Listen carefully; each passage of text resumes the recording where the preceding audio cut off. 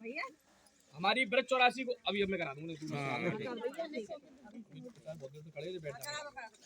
देखो जिस स्थान पे आप हो ये है पांडव गंगा पांडव गुफा। हमारी ब्रज 84 कोस की यात्रा में 4 गंगा पड़ती हैं। सबसे पहली गंगा आपने करी है जिसका नाम है गिरिराज जी में मानसी गंगा।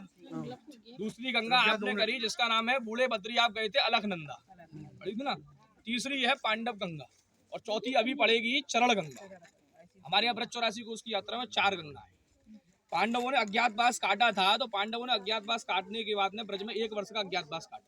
आप लोग काम बन गए थे, आपने 5 पांडवों के दर्शन किए ना, तो यहाँ भी पांडव गुफा में अज्ञातवास काटा था। अज्ञातवास काटने के बाद में यहाँ तो एक दिन पड़ा दशहरा, तो गंगा दशहरा पड़ता है ना, उस दिन गंगा का स्नान होता है।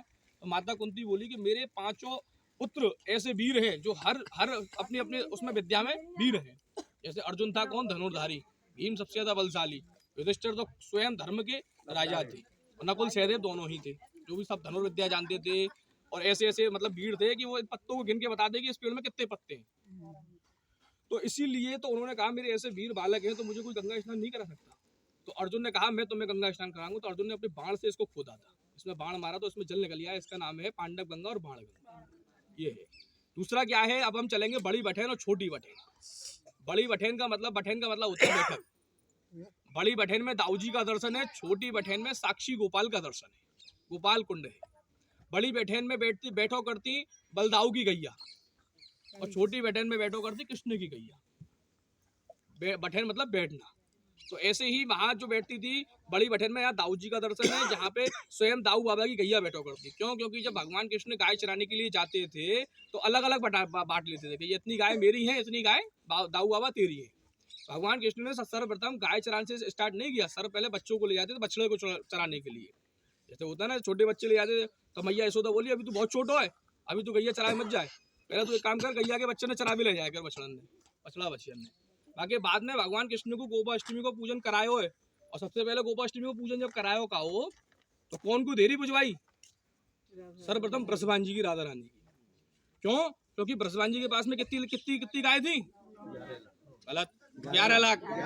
9 लाख तो नंद बाबा के पास थी, तो ब्रजभान जी के पास में 11 लाख थी। जब भगवान कृष्ण ब्रजभान जी की देरी पूजने के लिए गए और पूजने के बाद में अंदर से निकल के आई है राधा रानी। राधा रानी जैसे ही अंदर से निकल के आई है तो उनको काली कामर उड़ाई है। हाँ, आज हम चलेंगे कामर गांव। उसी स्थान पे भगवान कृष्ण की जो है कामर चोरी हुई है। तो जब उन्होंने जैसे कामर क्यों उड़ाई, कामर का तात्पर्य क्या है? आप बन जाओगे, गैया चलाते जाओगे, यहाँ को नजर लगे गुजर लगे, आप भटकते डोलोगे। ये मैया मोरी कामर चोर लई और मैं वन जात चरावत गैया सूनो देख लई। कोई कहे काना तेरी कामर सुरभि निकल गई, कोई कहे काना तेरी कामर जमुना में जात बही, कोई कहे काना नाचो मेरे अंगना नहीं ला दूं कामर, और सूरदास जसुमति के आगे नैना नीर भई। ठाकुर जी यशोदा मैया के आगे रो रहे हैं कि मैया मेरी कामर चोर लई। क्यों? कोई कामर क्यों प्रिय? क्योंकि स्वयं राधा रानी ने उनको कामर दी। ठाकुर जी को उसी कामर के नाम से ही गांव का नाम पड़ा कामर। दूसरा वहां पे दुर्वासा ऋषि का मंदिर भी है प्राचीन। लोग वहां कहते दुर्वासा ऋषि तो एक ही है। कहाँ पे दुर्वासा ऋषि? पल्ली पार। वो पल्ली पार नहीं है, पुराना हमारे यहाँ है। पल्ली पार तो गोपियां भोग लगाने के लिए गई थी। हाँ, फलार वगैरह सब चीज ले गई थी, पर लेके नहीं है। तो यमुना जी जब बीच में पड़ी, और यमुना जी बीच में पड़ी तो यमुना जी स्थान वो नहीं थे, जगह नहीं थे निकलने के लिए।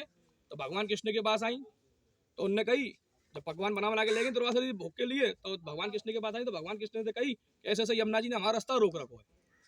तो भगवान कृष्ण बोले यमुना जी थे कि एक ही बात क्यों कि अगर दुर्वासा बाबा जो है वो फलाहारी है तो हमें रास्ता दे दे, ना है तो मत दे।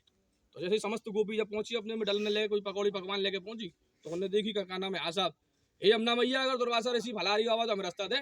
तो यमुना मैया तुरंत रास्ता दे दी। अब वो गए और उन्हें भोग लगाया वहां पे। अब भोग जैसे ही रखो तो दुर्वासा ऋषि सब खा गए पकवान ने। और समस्त गोपी बोली जगह फलाहारी बाबा है तो फलाहारी बाबा बता तो सब चाटो। अब गोपी बोले अब जाएंगे कैसे हम लौट के? तो दुर्वासा ऋषि बोले एक काम क्यों जो यमुना मैया अगर भगवान कृष्ण ब्रह्मचारी है तो हमें रास्ता दे, ना तो रास्ता मत दे। अब जैसे यमुना मैया दे कही तो यमुना मैया ने रास्ता दे दी।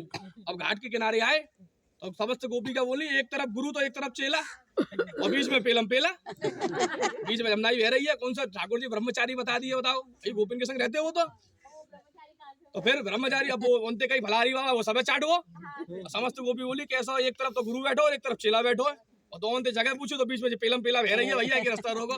बोले राज महाराज